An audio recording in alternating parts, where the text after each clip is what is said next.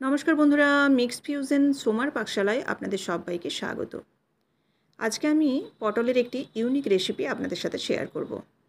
পটলের একঘেয়েমি রেসিপি থেকে মুক্তি পেতে একটু অন্য ধরনের এবং একটু অন্য স্বাদের। তো চলুন, এর জন্য প্রথমে পটল লাগবে। পটলটাকে খুব ভালোভাবে কিন্তু খোসাটা ছাড়িয়ে নেব। পরিষ্কার করে খোসা ছাড়িয়ে নিয়ে এই খোসাগুলোও কিন্তু আপনাদের পরের দিন আমি এর রেসিপি বানিয়ে দেখাবো। খোসাগুলো সেজন্য ফেলবো না। আর দেখুন পটলগুলো কতটা পরিষ্কার করে ছাড়িয়েছে, এখানে কিন্তু কোনো রকম সবুজ অংশ নেই। তো এরকমভাবেই কিন্তু পটলগুলো ছাড়াতে হবে। আর চেষ্টা করবেন পটলগুলো যেন একদম ফ্রেশ হয় এবং টাটকা হয়। এবার দেখুন এই খোসাগুলো ছাড়িয়ে নেওয়ার পর আমি মাঝ বরাবর একটু করে চিড়ে দিচ্ছি। দু সাইডটা কিন্তু চেরা যাবে না, শুধুমাত্র মাঝের অংশটুকু। আমি আরও দু একটা আপনাদের চিড়ে দেখাচ্ছি যে মাঝের অংশটুকু খুব কম করে চিড়ে নিতে হবে। এইভাবে প্রত্যেকটি পটলকেই এরকমভাবে চিড়ে নিচ্ছি। পটলের বিভিন্ন ধরনের রেসিপি আমার চ্যানেলে দেয়া আছে, আপনারা দেখে নিতে পারেন। আমিষ এবং নিরামিষ সমস্ত কিছু রেসিপি কিন্তু আপনারা পেয়ে যাবেন। পটলগুলো সমস্ত ধুয়ে তারপর খোসা ছাড়িয়ে পরিষ্কার করে তারপর মাছটা চিড়ে নিয়েছি। এবার চলুন, এদিকে আমি একটা পাত্রের মধ্যে কিছুটা দুধ, অর্থাৎ 500 গ্রামের মতো দুধ এখানে প্যানের মধ্যে দিয়ে দিলাম। আর দুধটা যখন হালকা গরম হয়ে যাবে তখন এর মধ্যে হাফ কাপের মতো গুঁড়ো দুধ এখানে দিয়ে দেব, যাতে দুধটা খুব তাড়াতাড়ি ঘন হয়ে যায়। আপনারা এখন কি কিছু বুঝতে পারছেন যে কী রেসিপি আমি বানাতে চলেছি?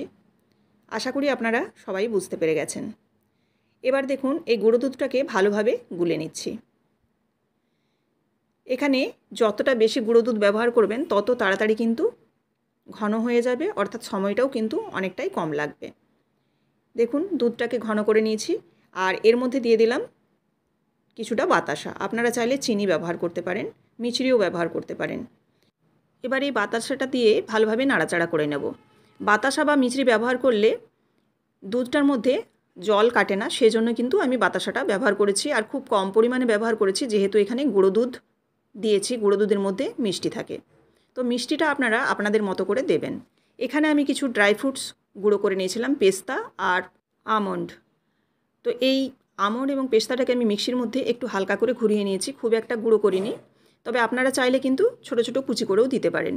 দেখুন একদম এটাকে ঘন করে নিয়েছি। আর যতটা শুকনো শুকনো করবেন বা ঘন করবেন ততটাই কিন্তু ভালো হবে। এবার আমি এই দুধের যে ক্ষীরটা এটা ঠান্ডা করতে দিলাম।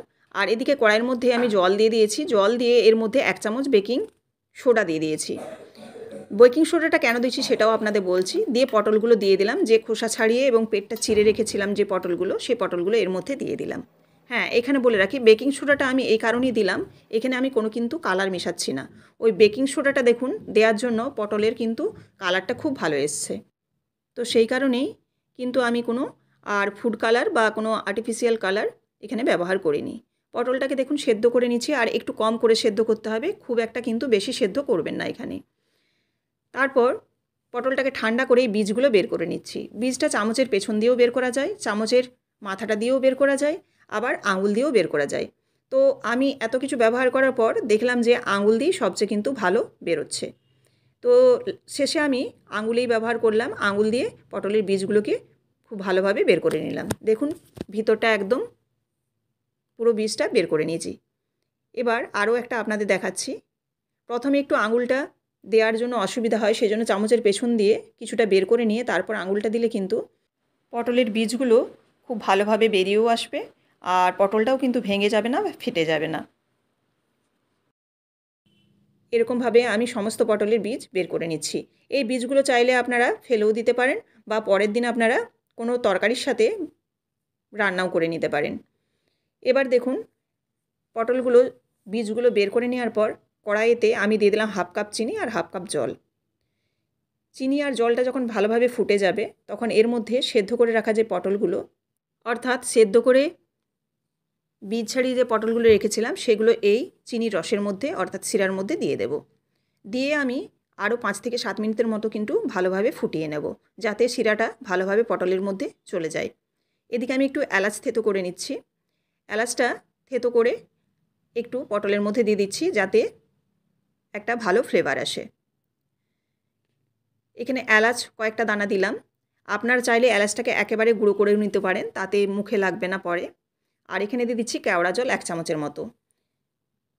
এতে পটলের যে একটা গন্ধ থাকে, সেই সবজির যে গন্ধটা, সেই গন্ধটা কিন্তু থাকবে না, একটা সুন্দর ফ্লেভার চলে আসবে। এবার আর একটু সময় রেখে রসটাকে আর একটু ঘন করে নেব। ঘন করে নেওয়ার পর এবার দেখুন অনেকটাই ঘন হয়ে গেছে।